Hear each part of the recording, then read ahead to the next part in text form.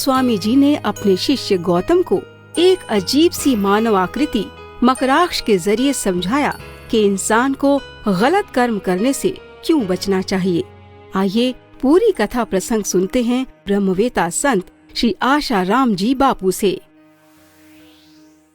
कौशाम्बी नरेश के यहाँ जब चौथे बालक की प्रसूति हुई रानी के कुख से, तो एक भयंकर लोथ पैदा हुई, हाथ नहीं निकले। कौशाम्बी नगर का राजा विजय प्रताप रानी सुनंदा के गर्भ से उस समय दाइयां प्रसूति कराती थी। एक ऐसा भयंकर बालक निकला पेट से कि महाराज उसके हाथ नहीं, आंखें भी विचित्र, पैर भी विकसित नहीं, मुंह बड़ा सा राक्षसी जैसा और डरावनी सूरत, काला कलुट। रानी ने, राजा ने विचार किया कि प्रजा देखेगी तो हमारे पर खिल्ली करेगी। दासी जाने, हम जाने और तुम जाने, तीन जानते थे और लड़के का नाम मकराक्ष दिया, दैत्य जैसा लगता था। उसी नगर में कुछ दिनों में महावीर आए, संत महावीर। तो लोग सत्संग में जाने लगे। तो किसी अंधे ने पूछा कि आज क्या है, कौशाम्बी नगर के राजा का कोई जन्म दिवस है या सुनंदा का कोई पर्व या उनको प्रसूति का छठी बठी का कार्यक्रम है।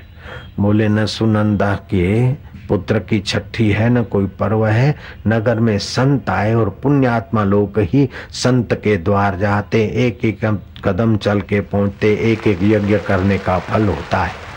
सुनते तो भक्ति योग का फल होता है और बैठते तो विचारते तो ज्ञान योग का फल होता है। संत के चरणों में बैठकर एक सामूहिक जब भगवान नाम उच्चारण करते हैं तो तुमुल ध्वनि पैदा होती है और उस तुमुल ध्वनि में पापी से पापी आदमी का भी उद्धार हो जाता है, मांगल्य हो जाता है और उसके रक्त के कण पवित्र हो जाते हैं। ऐसे संत आए। तब उस सूरदास ने कहा कि भाई भगवान तुम्हारा भला करेगा, मुझे भी संत के दर्शन करने ले चलो, संत की वाणी जरा सुन लूंगा। बोले सूरदास आंखें नहीं तो दर्शन क्या करोगे और बहरे हो, बड़ा कम सुनाई पड़ता है। बोले हैं, बोले कम सुनाई पड़ता है तो क्या सुनोगे, दिखाई नहीं पड़ता तो क्या देखोगे। बोले मैं तो नहीं देखूंगा, लेकिन संत और संत के सत्संगियों की नजर तो मुझ पर पड़ेगी, इससे भी मैं पावन हो जाऊंगा। मैं नहीं भी सुन पाया, लेकिन सुनने वालों का धक्का मुक्का स्पर्श होगा, तभी भी मेरा मंगल होगा। उस सूरदास की नम्रवाणी सुनकर एक सज्जन ने कहा कि चलो फिर जल्दी चलो, क्योंकि तुमको आगे बिठाएंगे तो जरा संत की नजर भी पड़ेगी। उस अंधे को ले जाकर बिठा दिया। महावीर आएंगे तब आएंगे, लेकिन घंटों पहले उसने आगे बिठा दिया।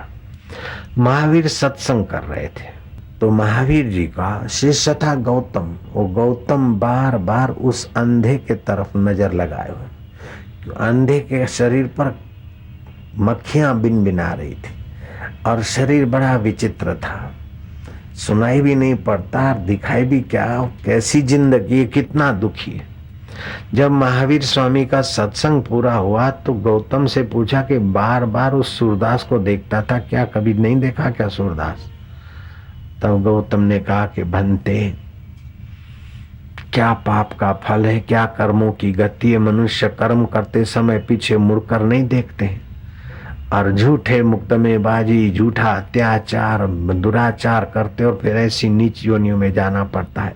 कितना इसका पाप का फल ये बेचारा भुगत रहा है। तब महावीर मंद मंद मुस्कुराए, बोले गौतम ये तो कुछ भी नहीं। कौशाम्बी नगर के राजा विजय प्रताप के यहाँ कुछ दिन पहले एक बालक पैदा हुआ और बाप ने उसका नाम राक्षस रखा है, मकराक्ष। बेटे का नाम, नवजात बेटे का नाम राक्षस रखना कितना माँ बाप के हृदय में पीड़ा हुई होगी। और उसके पाप ऐसे भयंकर है कि उसके अंग ही नहीं खुले हैं और बड़ी दयनीय स्थिति है।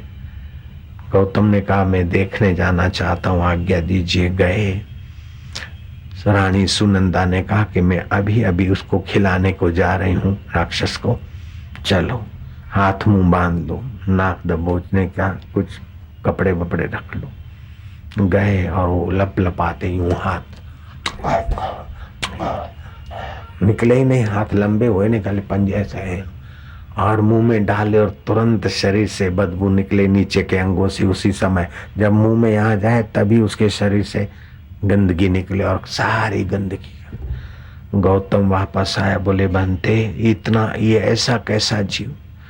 बोले ये कोई साधारण आदमी नहीं है, ये सुकर्णपुर का अधिकारी बड़ा स्वामी था। 500 गांव थे इसके रियासत में, फिर भी प्रजा का शोषण करता था और ऐसा शोषण करता था कि किसी के भी धन जान माल की कोई रक्षा नहीं। अधिकारी राजा होते हुए भी प्रजा का शोषक और उसके अधिकारियों को भी बागडोर छुट्टी दे दी थी। उसी का फल है कि प्रजा पालक होने के बदले प्रजा शोषक होने के कारण ये सुकर्णपुर का कहलाने वाला तथाकथित, अब देखो तो हाथ भी नहीं पैर भी नहीं, मनुष्य बाहर से अत्याचार और अनाचार करके सुखी रहने की कोशिश करता है, पाप का आश्रय लेकर दूसरे का शोषण करके दूसरे का सर्वनाश करके सुखी होना चाहता है। ये बेचारा समझता नहीं है कि पाप का फल तो जो हम देते हैं संसार में वो अनंत गुना होकर हमारे पास आता है।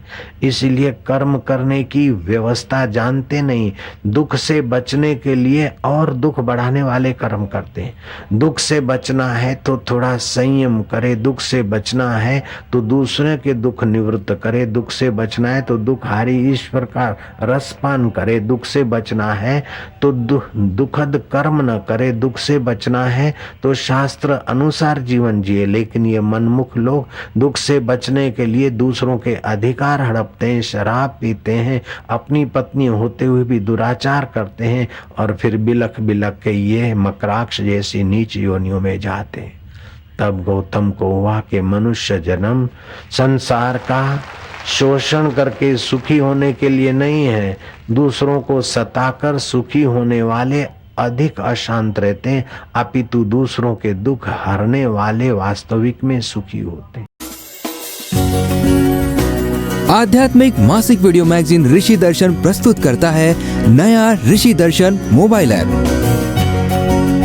जो सभी एंड्रॉइड एवं आईफोन डिवाइसेस के लिए उपलब्ध है, जिसमें आप गूगल अकाउंट के साथ स्मार्ट ऑटो लॉगिन से आसानी से साइन अप कर सकते हैं।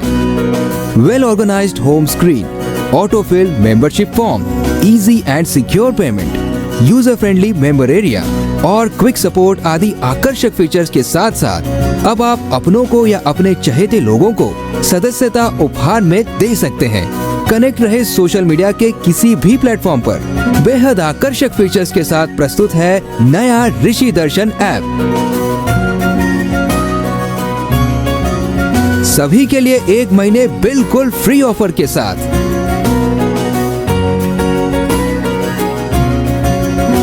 आज ही ऐप स्टोर अथवा प्ले स्टोर से डाउनलोड करें।